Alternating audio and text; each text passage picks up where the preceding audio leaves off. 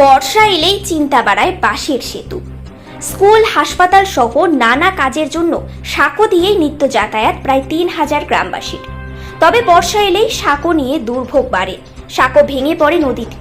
এবছরও তার ব্যতিক্রম হয়নি। মাঝ বরাবর হুড়মুড়িয়ে ভেঙে পড়েছে এই বাঁশের সেতু। ফলে এক প্রকার যোগাযোগ বিচ্ছিন্ন মালদহের কালিয়াচক ২ নম্বর ব্লকের দক্ষিণ চণ্ডীপুর গ্রামের মানুষদের। তবে বাঁশের সেতু ভেঙে পড়ায় সংশ্লিষ্ট গ্রাম পঞ্চায়েত থেকে নৌকার ব্যবস্থা করা হয়েছে। প্রাণের ঝুঁকি জেনেও ভরা বর্ষায় ভাগীরথী নদী দিয়ে নৌকা করে যাতায়াত করছেন গ্রামবাসীরা। প্রয়োজনীয় কাজে গ্রামবাসীরা নৌকা করে পারাপার করলেও ছোট ছোট পড়ুয়ারা নৌকা করে স্কুলে যেতে ভয় পাচ্ছে। গ্রামবাসীরা জানান ওই পারে রয়েছে বাঙ্গিটোলা গ্রামীণ হাসপাতাল এবং বালুয়াছড়া হাই স্কুল। ফলে হাসপাতাল কিংবা স্কুলে যেতে হলে তারা এই সেতু দিয়ে যাতায়াত করতেন। এছাড়াও নিত্য প্রয়োজনীয় কাজেও এই সেতু দিয়ে তাদের যেতে হয়। তাই ভাগীরথী নদীর উপর পাকা সেতু নির্মাণের দাবি প্রায় ২০ থেকে ৩০ বছরের। ভোট আসলে প্রতিশ্রুতি মেলে, কিন্তু বাঁশের সেতু এখনো পাকা হয়নি। গত ১০ থেকে ১২ দিন হলো এই বাঁশের সেতু ভেঙে পড়েছে। ফলে সমস্যায় পড়েছেন গ্রামবাসীরা। পঞ্চায়েত থেকে নৌকার ব্যবস্থা করা হয়েছে, সেটা দিয়েই আপাতত যাতায়াত করছেন গ্রামবাসীরা। এই বিষয়ে সংশ্লিষ্ট রথবাড়ি গ্রাম পঞ্চায়েতের প্রধান শামসুন নেহার জানান, সেতু নির্মাণ করার জন্য বরাদ্দ টাকা পঞ্চায়েতে নেই। সংশ্লিষ্ট বিধানসভার বিধায়ক তথা মন্ত্রী সাবিনা ইয়াসমিনকে বিষয়টি জানানো হয়েছে। বাঁশের সাঁকো ভেঙে যাওয়ায় আপাতত পঞ্চায়েতের পক্ষ থেকে নৌকার ব্যবস্থা করা হয়েছে। ওই এলাকায় পাকা সেতুর দাবি দীর্ঘ কয়েক বছরের। তৃণমূলের নেতা মন্ত্রীরা আছেন, এরা জনসাধারণের কোনো কাজ করেন না। ভোটের সময় প্রতিশ্রুতি দেওয়া হয়, কিন্তু ভোট শেষ হলে কাজ করেন না। কটাক্ষ বিজেপি নেতা অমলান ভাদুড়ির। Bureau report, news prime Times.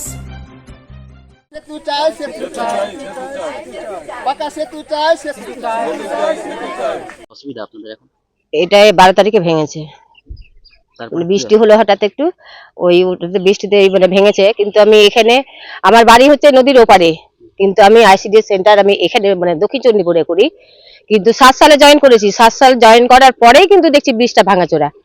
কিন্তু এখানকার মানে ভদ্রলোকরা কি করে, বাঁশ বা কাঠ এটা ওটা দিয়ে মানে ই করতো, জোর দিত।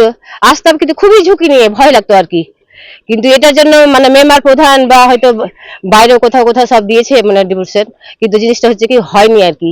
এখন আমাদের এমনই মারাত্মক সমস্যা হয়েছে, কয়েকদিন ধরে ধরেন কি 10 মিনিটের রাস্তা মোটামুটি আমরা 2 ঘন্টা 2.5 ঘন্টা ধরে সাতটার দিয়ে কোথায় কোথায় ঘুরে এসেছি। সেন্টার মানে বন্ধ করলে তো হবে না, যেহেতু সরকারি কাজ করি। এখন বর্তমানে একটা নৌকা দেওয়া হয়েছে। আমি মোটামুটি 8 ঘন্টা আগে এসেছি, কিন্তু আমি তো মেয়ে, আমি তো একা আসতে পারি না। বর্ষার সময় জল বাড়লে কিভাবে যাতায়াত করেন? জীবনে তো একটা ভয় থাকে এই নরবরে সেতু দিয়ে। সে তো ভয় থাকে, মানে এখানে আমাদের মোটামুটি একটা এসএসসি করে মানে একটা অর্চনা ঋষি এখনো বর্তমানে এই পাড়াতেই আছে।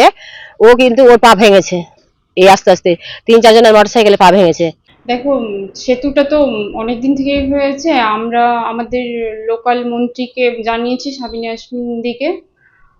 উনি এসে ইঞ্জিনিয়ার পাঠিয়ে মাটি টেস্ট করেছে। তো এখন আমরা আপাতত নৌকার ব্যবস্থা করেছি, এখন ওইরকম আছে। আর জানানো হয়েছে ব্যবস্থা নেবে। আর এটা তো মানে বড় স্কিম, এটা তো পঞ্চায়েত থেকে হবে না, তো ওই জন্য জানানো হয়েছে ব্যবস্থাটা উনি নেবেন। কি আশা রাখছেন আর কতদিন রাখতে পারেন? দেখি কতদিন রাখতে পারি, চেষ্টা করব যে তাড়াতাড়ি ব্যবস্থাটা করে দেওয়ার জন্য মানুষ স্বাভাবিকভাবে চলাচলটা করতে পারে। এখন যে সেতুটা ভেঙে গেছে সেটা কি ঠিক করা হবে না এইভাবে নৌকাতে করে যাতায়াত? আপাতত নৌকাতে যাতায়াত করবে, আমরা চেষ্টা করছি তাড়াতাড়ি যেন ব্যবস্থাটা হয়ে যায়। আপনার নাম এবং পরিচয়? আমি হচ্ছে রথবাড়ি গ্রাম পঞ্চায়েত প্রধান শামসুন নেহার আমার নাম। শামসুন নেহার আমার নাম। তৃণমূলের মন্ত্রীরা আছে, এরা কোনো জনসাধারণের কাজ করে না। ভোটের সময় প্রতিশ্রুতি দেয়, কিন্তু তারপরেও কোনো কাজ হয় না।